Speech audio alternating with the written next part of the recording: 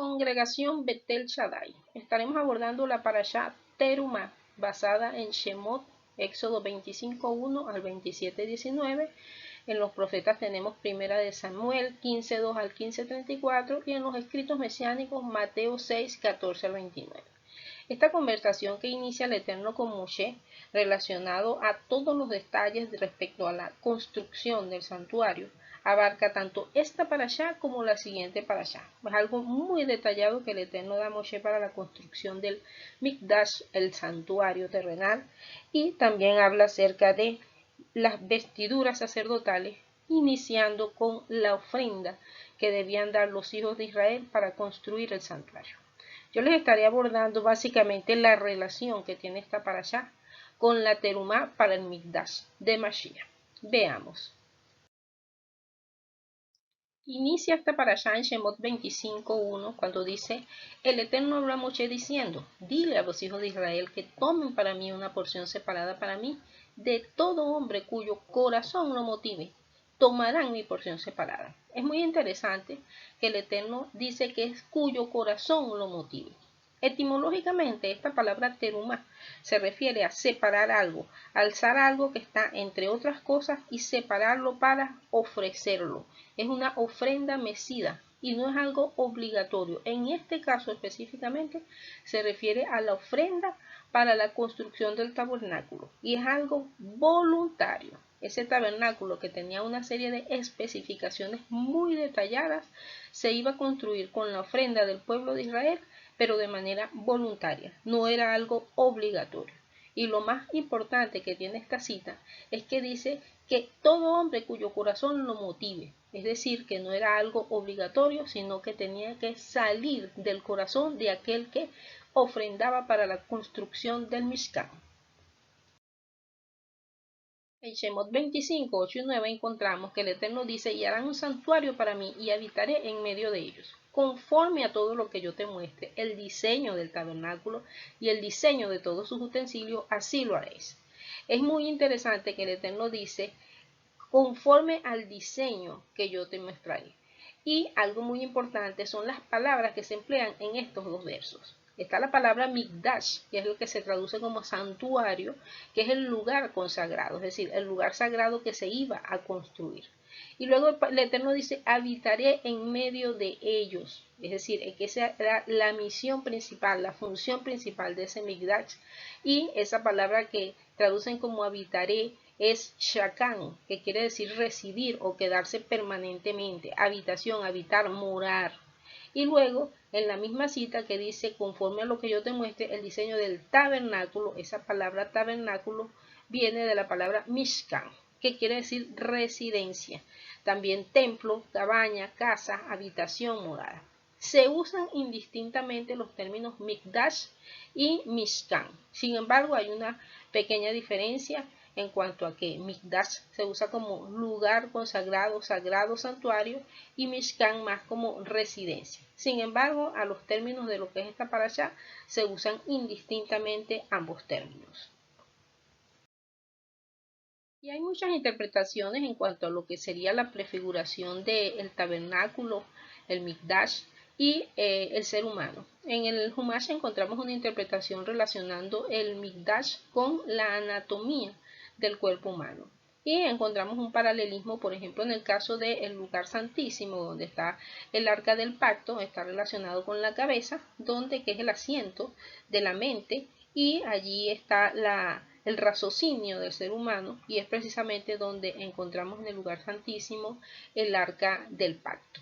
En el caso del lugar intermedio hay una relación con la caja torácica del ser humano, del cuerpo humano, donde está el corazón, el aparato digestivo, y en el santuario encontramos los panes de la proposición, que tiene que ver con suplir las necesidades básicas del ser humano.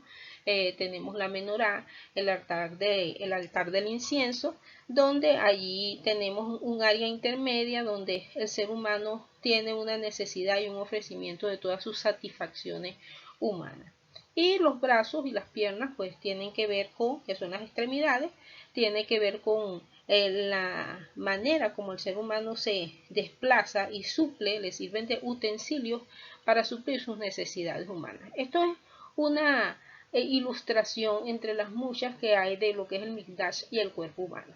Sin embargo, vemos también un paralelismo entre esta interpretación y lo que dice el profeta Jeremías 31:15, que dice: He aquí, vienen días, dice el Eterno, en que levantaré a David el renuevo justo y reinaré como rey, el cual será dichoso, y haré juicio y justicia en la tierra. En aquellos días y en aquel tiempo haré brotar de David un renuevo de justicia, y haré juicio y justicia en la tierra. Y esta posibilidad de que realmente las palabras del Eterno sean selladas en nuestras mentes y estén en nuestro corazón, solo es posible con la venida de ese renuevo que ya vino, que es Yeshua HaMashiach. Y gracias a su venida, tenemos, dicho por el mismo profeta, que el pacto, dice el Eterno, este es el pacto que haré con la casa de Israel después de aquellos días, dice el Eterno. Daré mi ley en su mente y la escribiré en su corazón, y yo seré a ellos por Dios y ellos me serán por pueblo. Es decir, que esta prefiguración que lo encontramos entre las múltiples interpretaciones es algo que está pautado por el Eterno para que el ser humano sea asiento de la presencia del Eterno. El cuerpo humano es un santuario, y así como el tabernáculo era algo provisional, no era algo permanente, así nuestro cuerpo es provisional porque no somos permanentes con este cuerpo. Veamos qué otra relación encontramos con esta parashá. Si nosotros nos preguntamos cuál era el propósito de construir ese Mikdash, ese santuario, fíjense que Shemot 25, 21 y 22 dice: y pondrán el propiciatorio encima del arca, y en el arca pondrás el testimonio que yo te daré, y de allí me declararé a ti, y hablaré contigo de sobre el propiciatorio, de entre los dos querubines que están entre el arca del testimonio, todo lo que yo te mandare para los hijos de Israel. Encontramos un propósito fundamental que era manifestar su palabra, su voluntad, sus instrucciones al pueblo de Israel. Pero también encontramos el sistema de sacrificios, las ofrendas de paz, las ofrendas por el pecado, y encontramos el servicio sacerdotal que se revela en esta parashá y en la siguiente parashá, donde solamente el Cohen Gadol tenía acceso al lugar santísimo y había un servicio de los demás sacerdotes en ese santuario de acuerdo a las diferentes funciones que tenían en cada una de las partes del Mikdash. Y sabemos lo que ocurrió después de construido el Mishkan, el servicio sacerdotal. Posteriormente Salomón construye el primer templo. El templo es destruido con la deportación del pueblo de Israel. Luego viene la reconstrucción del segundo templo y también es destruido en el año 70 después de la venida de Yeshua. Pero las promesas del Eterno no cambian. Encontramos por el profeta Ezequiel cuando dice: por tanto, di: así ha dicho el Señor nuestro Dios: aunque les he arrojado lejos entre las naciones, les he esparcido por las tierras, con todo eso les seré un pequeño santuario en las tierras a donde lleguen, y les daré un corazón y un espíritu nuevo pondré dentro de ellos, y quitaré el corazón de piedra de en medio de su carne, y les daré un corazón de carne, para que anden en mis ordenanzas y guarden mis decretos y los cumplan y me sean por pueblo, y yo sea a ellos por Dios. Hemos tenido la ayuda, la bendición de la venida de Yeshua, que ha muerto por nuestros pecados, ha resucitado y nos prometió que enviaría el Ruach HaKodesh, que es nuestra ayuda, esa presencia de Él para darnos convicción de pecado, de justicia y de juicio. Ese pequeño santuario que no solamente es el sitio de reunión en las congregaciones, sino también nuestros hogares, porque el Eterno habita en medio de su pueblo, y donde está su pueblo, el Eterno promete estar, pero es necesario que tengamos un corazón dispuesto, como empieza esta parashá, un corazón sincero, para que nos acerquemos a Él confiadamente. Veamos qué otro aspecto tenemos con la parashá. Cuando Yeshua vino, encontramos unas palabras muy interesantes de él en Mateo 12:6 que dice: pues les digo que uno mayor que el templo está aquí. ¿Qué significado tienen estas palabras? Es muy interesante la discusión que se presenta precisamente con las autoridades de la época. Lo encontramos en Mateo 23, 18 y 22, entre otras citas, cuando dice Yeshua, también dicen, haciendo una crítica a los lineamientos de las autoridades de la época, cuando dice: también dicen, si alguno jura por el altar, no es nada, pero si alguno jura por la ofrenda que está sobre él, es deudor. Necios y ciegos, porque ¿cuál es mayor, la ofrenda o el altar que santifica la ofrenda? Pues el que jura por el altar, jura por él y por todo lo que está sobre él. Y el que jura por el templo, jura por él y por el que lo habita. Y el que jura por el cielo, jura por el trono de Dios y por aquel que está sentado en él. Es muy interesante donde Yeshua trasciende, donde no es que el altar y el santuario no tenga importancia, pero la preeminencia la tiene quien habita y quien prometió habitar en medio nuestro. Y por eso él dice que el que jura por el cielo, jura por el trono de Dios y por aquel que está sentado en él. Es decir, que necesitamos tener conciencia de quién habita en medio nuestro y tener temor y temblor para conducirnos en esta vida, sabiendo que él prometió que estaría en medio nuestro y que él conoce nuestras acciones y conoce nuestra actitud y si estamos dispuestos a obedecer esa palabra, porque él prometió que estaría en medio nuestro, pero nosotros necesitamos también actuar en función de la obediencia a ese pacto que él estableció con nosotros. Y encontramos la preeminencia que también dice el autor de los Hebreos refiriéndose a Yeshua cuando dice porque de tanto mayor gloria que Moshe es estimado digno este, cuanto tiene mayor honra que la casa, el que la hizo. Porque toda casa es hecha por alguno, pero el que hizo todas las cosas es Dios. Y Moisés a la verdad fue fiel en toda la casa de Dios como siervo, para testimonio de lo que se iba a decir. Pero Mashiach como hijo sobre su casa, la cual casa somos nosotros, si retenemos firme hasta el fin la confianza y el gloriarnos en la esperanza. Aquí no solamente hay una preeminencia de Mashiach, sino que también dice que somos nosotros esa casa, es decir, él habita en medio de su pueblo. Y dice el autor de Efesios que dice, y andad en amor, como también Mashiach nos amó y se entregó a sí mismo por nosotros, ofrenda y sacrificio a Dios en olor fragante. Yeshua hizo esa terumá, esa ofrenda, para que fuera posible que hoy tengamos ese templo de piedras vivas, ese mikdash de piedras vivas, que es posible gracias a ese sacrificio, a ese cumplimiento de las profecías y podamos tener hoy ese acceso al Padre gracias a su mediación, a su sacrificio y a que Él mismo intercede por nosotros como sumo sacerdote según el orden de Melquisedec.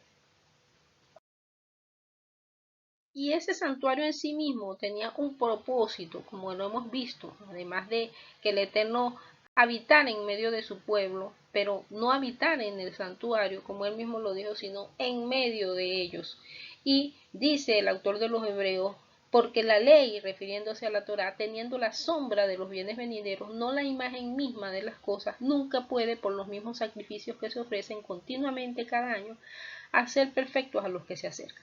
Pero en estos sacrificios, cada año se hace memoria de los pecados, porque la sangre de los toros y de los machos cabríos no puede quitar los pecados. Por lo cual, entrando en el mundo, dice, sacrificio y ofrenda no quisiste, mas me preparaste cuerpo.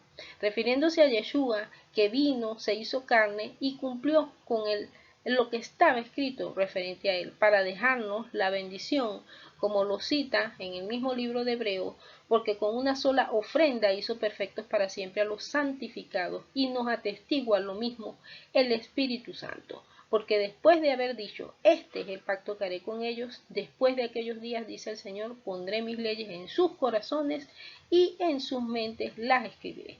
Es decir, que esa profecía que estaba anunciada por los profetas se cumplió después de la venida de Yeshua y gracias a que el Espíritu Santo, el Ruach HaKodesh, nos da esa convicción de pecado y esa palabra que estudiamos es sellada en nuestras mentes y corazones para ponerla por obra. Y nos podemos preguntar cuál es nuestro aporte, nuestra terumá, nuestra ofrenda para ese mikdash que Yeshua ha construido. Dice el autor de los Romanos, así que hermanos, les ruego por la misericordia de Dios que presenten vuestros cuerpos en sacrificio vivo, santo, agradable a Dios, que es vuestro culto racional. No es que nosotros nos vamos a sacrificar en el sacrificio que hizo Yeshua, sino que tenemos que sacrificar aquellas cosas que no son conforme al pacto que tenemos con el Eterno estipulado en la Torá.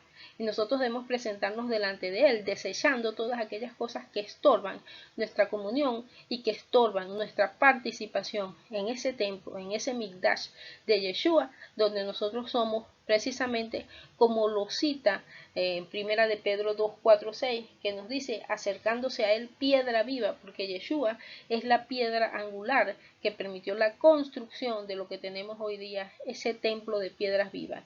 Y dice el autor de Pedro, que Kefas es el que escribe esto, dice desechada ciertamente por los hombres, es decir, Yeshua fue desechado por muchos, más los que hemos creído y lo hemos aceptado, formamos parte de esa Mikdash que él formó. Dice, mas para Dios escogida y preciosa. Ustedes también como piedras vivas sean edificados como casa espiritual y sacerdocio santo para ofrecer sacrificios espirituales aceptables a Dios por medio de Yeshua HaMashiach. Por lo cual también contiene la escritura, he aquí pongo en Sión la principal piedra del ángulo, escogida, preciosa, y el que creyera en él no será avergonzado.